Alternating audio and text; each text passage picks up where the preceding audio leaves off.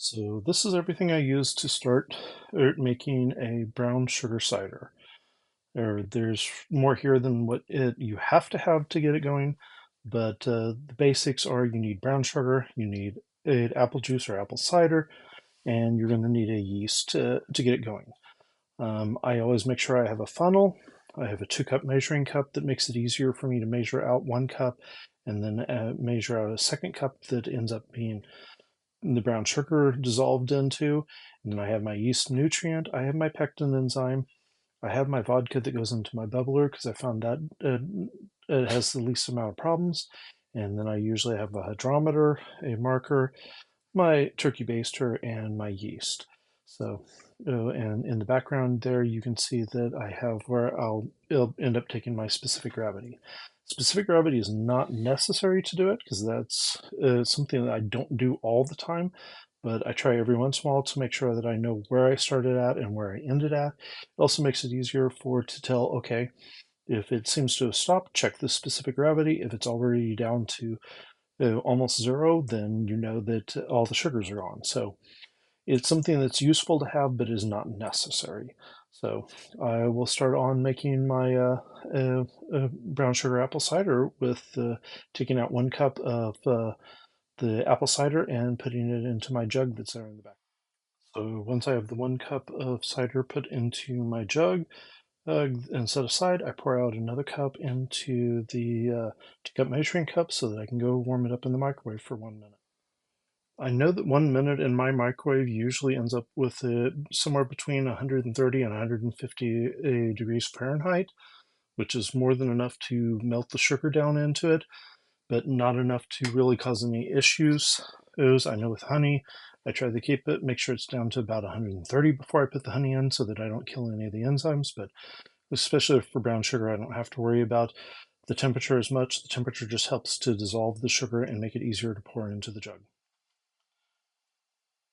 So then I pour in brown sugar into my 2-cup measuring cup until I'm up above the 2-cup point. A lot of times I get a little bit over, but anywhere around there is good enough for what I'm trying to do.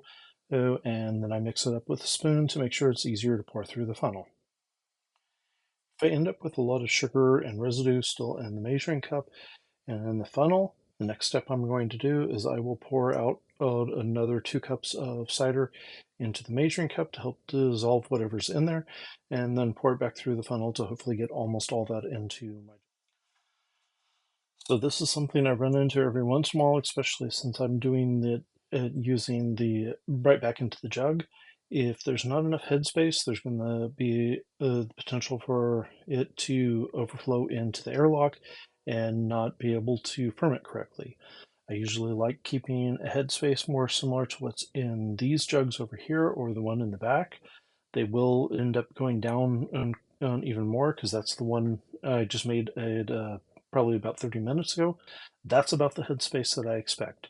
So if I have a jug that has headspace like this, I know I'm going to need to pour off a little bit of the juice from it, and so that I have a little more headspace because I don't want it overflowing like this. So this is closer to what I prefer the headspace to be. I want it down a little bit, so there's usually taking out the 1 cup at the very beginning is enough to get me to where I need to be, but sometimes it doesn't, and then I have to drop it down a little more. So at least on these jugs, I found that if I put it right to the top of where it says 1 gallon, that's about right. Next step, I take and put my yeast nutrient and pectin enzyme into the jug. Then I cap it with a lid and shake it and make sure that all the sugars and everything are mixed up fairly well.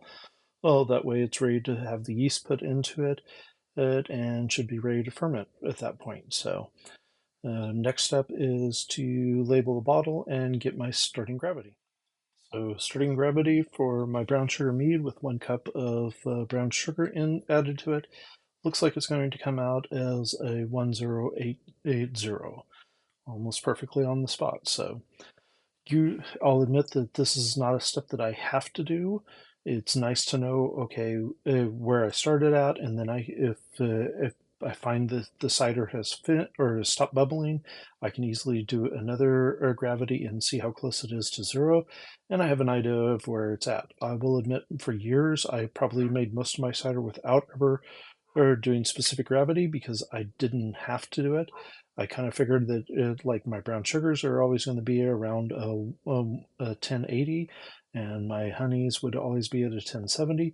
And once they stopped bubbling, that was usually when and I would rack them and then bottle them. So the specific gravity is not needed, but it can be very beneficial that you can easily tell, okay, did it stall and not make it all the way down or where it's at? But it can also be very beneficial in just knowing, okay, how much alcohol are you making when you're doing this? So that's where at least the specific gravity is on this one, and we'll see from there.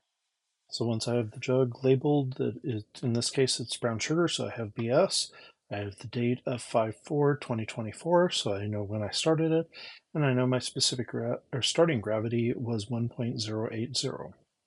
I usually write these on the bottle versus a note card because I found note cards will fall off, and writing on the bottle seems to work fairly well, especially since I'm doing these in the original jugs they came in, and they're just easy enough to throw away at the end. I don't have to worry about cleaning them off.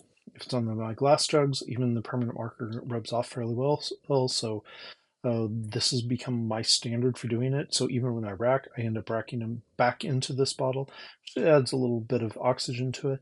And if there's any more yeast and sugar to start working, that's what I do as part of the racking. So, but this is where I'm at this point. It's once the yeast is probably a teaspoon of S-04 will be put into this, and that will get it rocking and rolling.